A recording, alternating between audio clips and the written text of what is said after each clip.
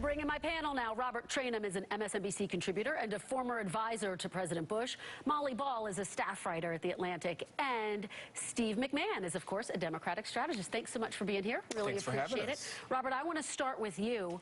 What did you hear yesterday, both in terms of Arizona and the trip to Mexico? Do you think Donald Trump took any steps toward expanding his base of support, which is what he needs to do right now? Expanding his base, no. Look, flying down to Mexico and actually seeing that press conference, I actually thought Donald Trump did a very good job in terms of the stagecraft, in terms of the messaging. A lot of people said it was his most presidential moment. You took the words out of my mouth. He appeared to be presidential. I actually thought that the president of Mexico I thought this was a trap, quite frankly. I thought that the president of Mexico was going to stand in front of the cameras and chastise Donald Trump about the wall and about, literally offending so many millions of Mexicans. We didn't see that happening. What I thought, Donald Trump was going to fly home or maybe have a rally in Arizona, but it'd be very presidential, very subdued, and almost uplifting, if you will. What we saw was a complete 180 when he landed in Arizona, him yelling into the microphone, him doubling down on that rhetoric. What we saw a few hours ago was a lot of his Hispanic advisors scratching their heads saying, what is going on here? What is the message here? So for every 2 steps that Donald Trump took yesterday, it was 5 steps back. Molly, put this into a broader perspective. If you're inside the Trump campaign, how disconcerting is the fact that you do have some of these Latino leaders who are now leaving the campaign, saying they're not going to be a part of it, they no longer support Trump? It's a huge problem. I mean, as you said, what he needs to be doing now is not keeping his base in the tent, but actually getting new people to decide to support him. And a lot of those new people are non-white people, the people that he would need to potentially win this election. And instead what he's doing is actively repelling those people, actively making those people not want to vote for him. And even the ones who had been willing over more than a year of tough immigration rhetoric to still be in that tent, now they are saying this is the last straw. They can't support him. I think he got by for more than a year saying tough things but winking and nodding to some people in the Hispanic community, some conservatives in the Hispanic community. When he finally decided to come out and say for sure where he stood and how he felt about immigrants, that they're dangerous, scary people,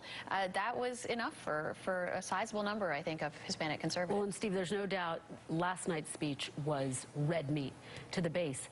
But if you're the Clinton campaign and if you're Democrats, he had a pretty good day from an optics perspective, as Robert was saying. He had a pretty good few hours, but it's almost like, and I don't want to diagnose a medical condition here, but it's like the Prozac wore off on the plane on the way to Phoenix, because he was a calm, reasonable, almost presidential-looking candidate yesterday in Mexico. And then he gets on the plane and he gets off, an angry white man screaming at people, raising the specter of Willie Horton. I mean, what he basically did was he started his speech by saying, these brown people are coming into the country, and the people who are supposed to be putting them in jail and keeping them restrained are not. And they're getting out, and they're killing white people. That's effectively what he was saying, and it's deplorable. And what's really interesting, I'm sorry. Go ahead. Did he erase what he achieved in Mexico, do you think? Oh, absolutely. Yeah. Well, what's really interesting, remember, it's Arizona. I mean, this is a border state. I mean, this was literally ground zero in many ways, because remember, Jan Brewer, the former governor of Arizona, kind of stoked this xenophobia, for lack of a better term, a couple of years ago with the whole stand your ground with respect to ID. I want to go back to something else that's really important here, I think. I think Donald Trump has confused everybody, including himself, in terms of his policy. You listen to Rush Limbaugh, which I occasionally do, not always, but you listen to him, you listen to some other people. People are saying, well, what do you believe? Are you softening your immigration stance, or are you doubling down? Because on the presidential stage, if you will, down in Mexico, it appeared that he appeared to be softening his stance, going back to Arizona, go right back to the red meat. So it's very confusing. He's sending mixed messages, and to his base, I'm not exactly sure what his base really believes now. All right, I actually don't think it's confusing. This was a decision by Donald Trump and the Donald Trump campaign. Yes, he said a lot of contradictory things. Yes, he sent a lot of contradictory signals. But this was the speech where he laid out the decision that he made at that crossroads of, do you decide to take a different tack toward the general electorate? Do you double down on the rhetoric with which you began the campaign? And the decision was made, those words were on a teleprompter, and that was the way he decided to position in the general himself. election, or do you double down on the primary? That's right. The primary is over, Donald. It's over. That's right. And now the general election may be over, too. All right, we have a lot more to chew on. Stick around. Fantastic panel.